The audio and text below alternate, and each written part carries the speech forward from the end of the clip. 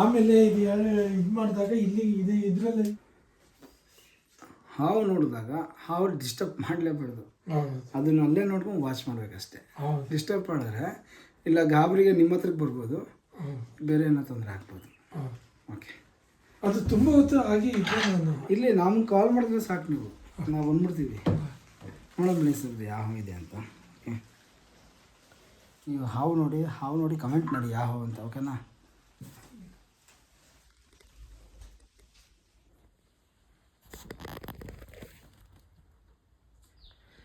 Rescue ಮಾಡೋಣ.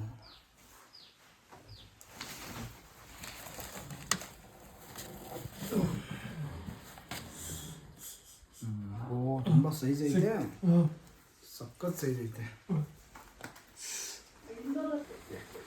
ತುಂಬ ನೋವಾಯ್ತು ಆಗ್ಬೋದು ಇದಕ್ಕೆ.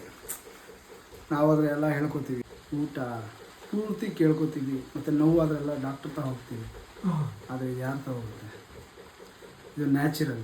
ಇದು ಏನು ಮಣ್ಣು ಧೂಳು ಇರುತ್ತಲ್ಲ, ಆ ಧೂಳಲ್ಲೇ ವಾಸ ಮಾಡ್ಕೋಬೇಕು ಅಷ್ಟೇ ಇದು. ಮತ್ತು ಇದಕ್ಕೆ ಒಂದು ಗೊತ್ತಿರೋದು ಏನಂತ ಅಂದರೆ ಕಚ್ಚಬೇಕಷ್ಟೇ, ಕಚ್ಚಬೇಕು, ಇದ್ರ ಜೀವ ಉಳಿಸ್ಕೋಬೇಕು. ಅದು ಬೇರೆ ಬಿಟ್ಟು ಏನಿಲ್ಲ ಇದರಲ್ಲಿ. ಮತ್ತು ಸಖತ್ ಬ್ಯೂಟಿಫುಲ್ ಇದು, ಸಖತ್ ಸೈಜ್ ಇದ್ದಾನೆ.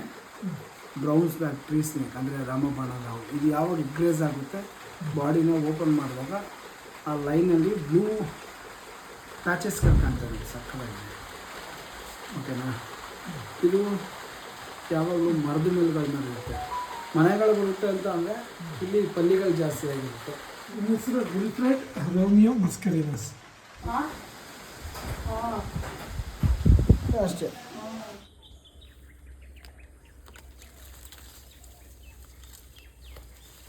ಚಾಮುಂಡಿಪುರ ಲೇಔಟಲ್ಲಿ ರಕ್ಷಣೆ ಮಾಡಿದಂಥ ರಿಲೀಸ್ ಕೂಡ ಆಯಿತು. ಜಯ ಆಂಜನೇಯ.